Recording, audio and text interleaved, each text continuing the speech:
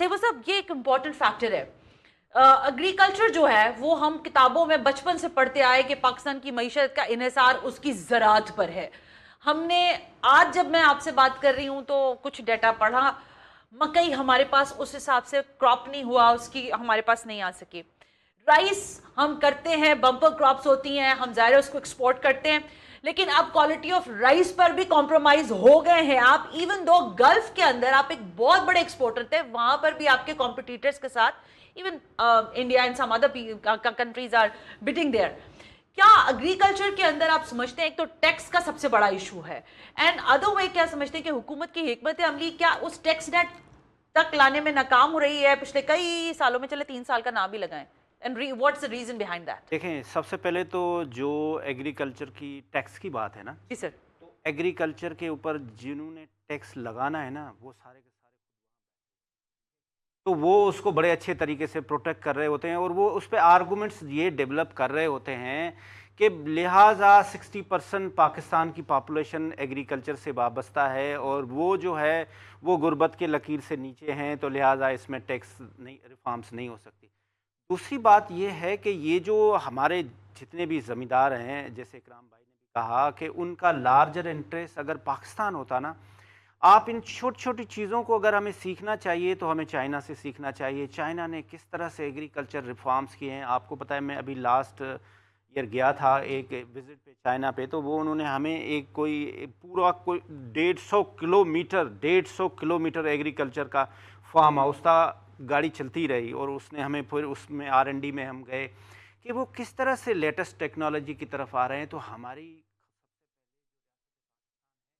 Focus ہونا چاہیے کہ وہ ان فارمر کو کیسے فیسلیٹیٹ کریں, بزنس مین کو کیسے فیسلیٹیٹ کریں. ہمارا جو سیکنڈ نمبر پہ جو لارجسٹ ہمارے پاس ریسورس آف انکم ہے وہ ہمارا ایکسپورٹ ہے, تو آپ ایکسپورٹر کو کیا فیسلیٹیٹ کر رہے ہیں, ان کے لیے کیا نئے ایونیوز کریٹ کر رہے ہیں, ان کے لیے جو انڈسٹریل گروتھ ہے. اس وقت لکیلی ہمارے پاس جو یہ جنگ ہے, اس بلیسنگ بھی کچھ ہوتی ہے, ڈسگائز بھی ہوتی ہے. تو بلیسنگ یہ ہے کہ آپ کا جو کیپٹل ہے وہ دبئی رک گیا ہے, پہلے بہت جاتا تھا, ایون وہاں سے واپس آ رہا ہے. وہ اس کو آپ رادر دین کہ آپ صرف اور صرف لوگوں کو یہ اٹریکٹ کریں کہ وہ ریئل اسٹیٹ میں ہی انویسٹ کریں, جس سے آپ کا کوئی ارننگ نہیں ہوتی. ریئل اسٹیٹ آپ کو کچھ بھی نہیں کر کے دے دیتا.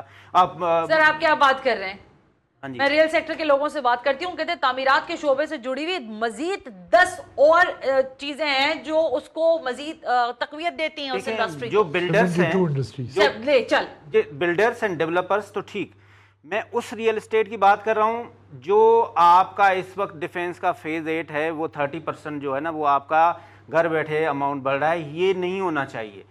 یہ میں اس کے خلاف, میں ڈیولپر کے تو فیور میں ہوں کہ جتنے بھی مینوفیکچرر ہیں, آپ بہت بڑی بات کر رہے تھے وہ صاحب, ڈیولپر ہیں, آپ ان کو تو 100% فیسلیٹیٹ کریں, اور ایسا نہ کریں کہ کوئی ٹاور جا کے گرائے. لیکن ایسے کوئی انڈیکیٹرز آپ طے کریں کہ آپ کے لوگ وہ انڈسٹری بند کر کے اور وہ زمین نہ خریدیں, کہ وہ صرف اور صرف زمین. دیکھیں انڈسٹری, آپ چھوٹی سی بھی انڈسٹری لگاتے ہیں اس میں آپ نے ایک زمانے میں لوگوں کو سکھایا کہ اب مجبوری میں مجھے یہ الفاظ استعمال کرنے پڑے, ڈالر آپ کے گھروں سے نکل رہے تھے, آپ نے بچانے کی تجویزیں پیش کی, ڈالر آپ نے اٹھا کے 400 تک لے کر پہنچا دیا. کارٹلز ہم خود بناتے ہیں نا سونے کی. آج ہم جب بیٹھے ہوئے بات کر رہے ہیں, سونا ہائیک کر جاتا ہے, صبح کچھ ہوتا ہے, شام میں کچھ ہوتا ہے, رات تک کہیں اور پہنچا ہوا ہوتا ہے.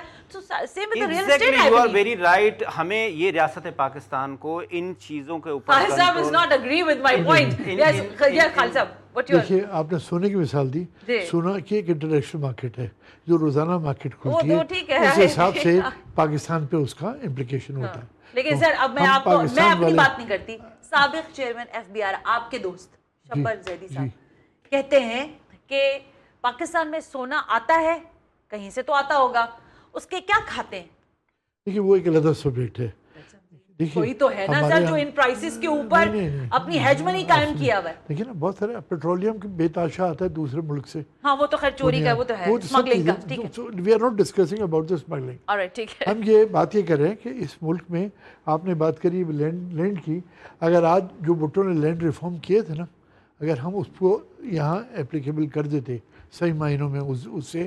تو آج پاکستان کی زرعی ترقی جو ہے, پاکستان آج بھی ایک زرعی ملک کہلاتا ہے, انڈسٹریل ملک نہیں کہلاتا. اگر وہ لینڈ ریفارمز ہو جاتے اور اس طرح سے تقسیم ہوتی زمینوں کی تاکہ لوگ اپنی اپنی زمینوں پہ کام کر سکتے. اب تو آپ 2,000 ایکڑ لے کے بیٹھے ہوئے ہیں. مجھے یاد آئے تھے طباب سے, میں آپ کو روکنے چاہتی, زرداری صاحب نے I think if not mistaken 2008 probably digitize کرنے کی بات کی تھی. وہ معاملہ کیوں کی تھی؟ بکس تک تو ہوا, باقی آگے تو کچھ نہیں ہوا. بکس تک بھی نہیں ہوا. آج بھی آپ سارے سندھ میں چلے جائیں تو وہ ایک زمین آپ نے یہ خریدی ہے, دیکھا اس کا وہ کیا ہے, آپ 3 مہینے بعد جائیں گے تو نہیں جی یہ غلط ہے, زمین تو یہ تھی آپ کی, یہ تو this is very but nothing to do with the budget. ہم اس میں آئے کہ ہم لوگ کیا کر سکتے ہیں. دیکھیں اس گورنمنٹ کا ایک بڑا کریڈٹ ہے, جس طرح ابھی تھیپو صاحب نے کہا کہ ہمارے پاس ریزروز نہیں تھے. روزانہ ہم صبح شام سنتے تھے کہ ہم بینکرپسی میں جا رہے ہیں. آج 17-18 بلین ڈالر جو ہیں وہ آپ کے پاس آ کے ریزرو ہو گئے, وچ از اے ویری گڈ سائن.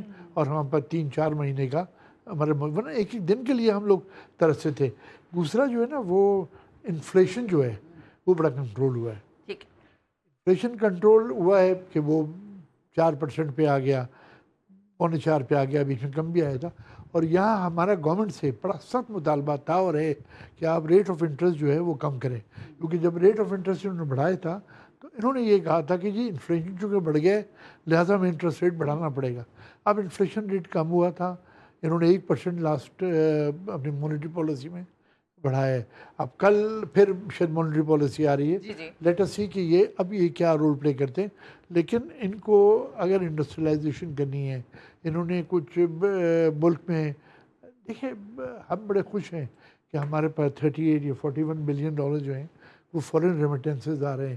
لیکن آپ یہ بھی خیال رکھیں کہ آپ اپنا جو برین ہے, اپنے نوجوان ہیں, ان کو آپ ڈرین کر رہے ہیں. یہی اگر آپ کے ملک کی پروڈکٹیوٹی میں آج یہی لوگ آ جائیں, کوئی شک نہیں ہے کہ فورن ریمیٹنسز اس وقت ملک کو سنبھالا ہوا ہے, ورنہ ہمارا گیپ بہت بڑا ہے بٹوین امپورٹ اینڈ ایکسپورٹ. لیکن اس کے ساتھ ساتھ آپ ملک کی لوکل انڈسٹری ہے اس کو فروغ دیں.